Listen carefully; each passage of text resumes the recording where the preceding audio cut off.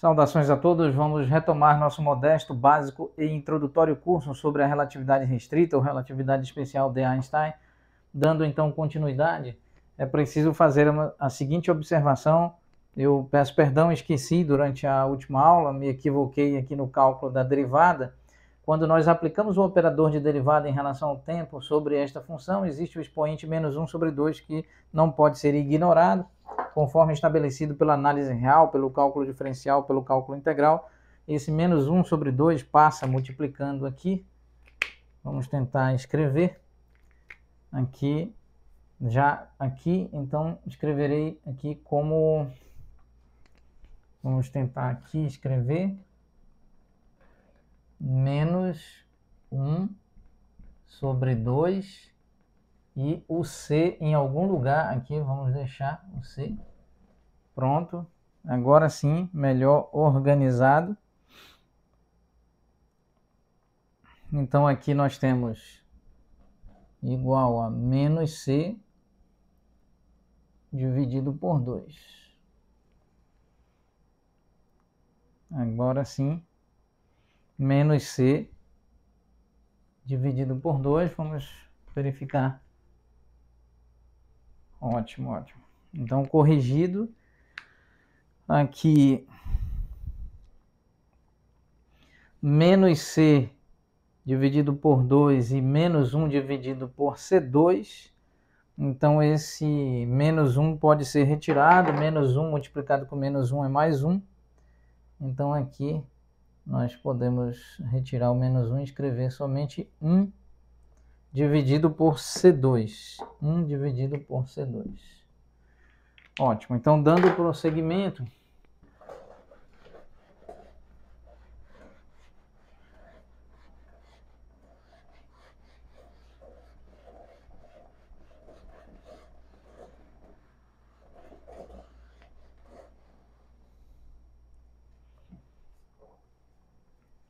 muito bem. Então, aqui, a componente A, a componente contravariante A sobre índice zero, o índice na parte superior do tensor, nós temos C dividido por C2, então isso é 1 dividido por C, aqui, pois nós temos C dividido por C2, aqui nós fizemos menos 1 multiplicado com menos 1 igual a mais 1, e ainda não pode ser ignorado o número 2, né? Aqui, perdão, o número 2 não pode ser ignorado, C dividido por 2, então aqui 1 dividido por 2C, perdão, agora sim, tudo certo.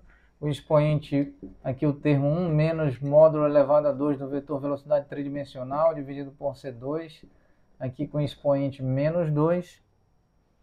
E então a derivada em relação ao tempo, que é 2 vezes módulo do vetor velocidade vetorial, 2 menos 1 no expoente, e a derivada do módulo dessa velocidade vetorial em relação ao tempo. Então, neste caso, nós temos aqui 2 divide por 2, e 2 menos 1 no expoente é 1, nós temos aqui 1 dividido por módulo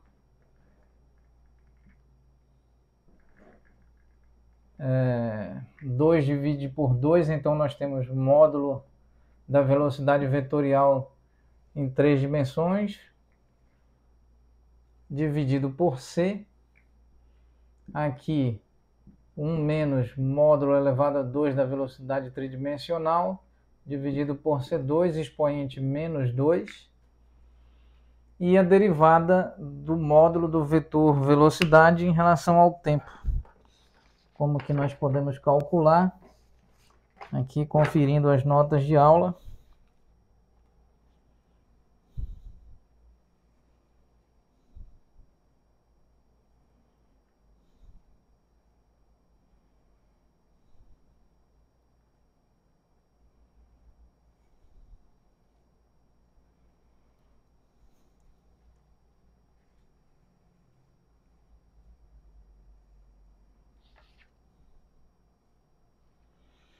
Vamos então cuidadosamente escrever essa derivada aqui do módulo do vetor velocidade tridimensional em relação ao tempo. Então vamos cuidadosamente escrever.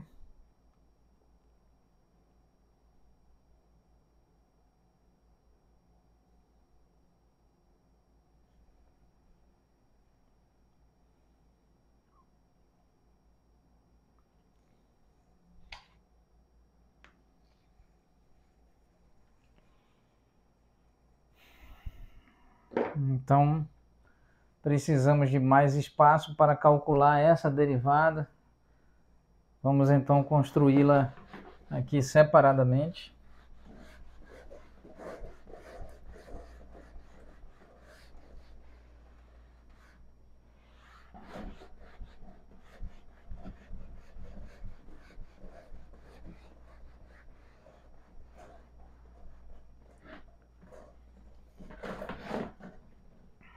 Então, cuidadosamente, fazer o escrutínio detalhado, minucioso, da derivada do módulo da velocidade vetorial em 3 dimensões em relação ao tempo.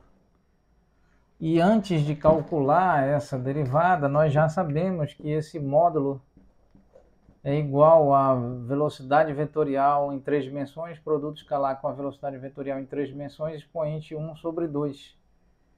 Então isso nós já sabemos, calculamos em aulas anteriores, isso é Vx elevado a 2 mais Vy elevado a 2 mais Vz elevado a 2, aqui expoente 1 sobre 2, isso pode ser escrito como dx dt.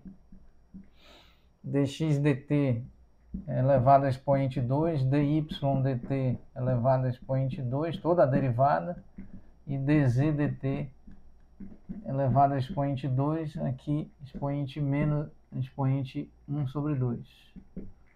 Então, a derivada do módulo da velocidade vetorial em relação ao tempo é a derivada em relação ao tempo aplicada sobre aqui dx dt elevado a expoente 2, dy dt elevado a expoente 2 mais dz dt elevado a expoente 2 e aqui expoente 1 sobre 2. Muito bem.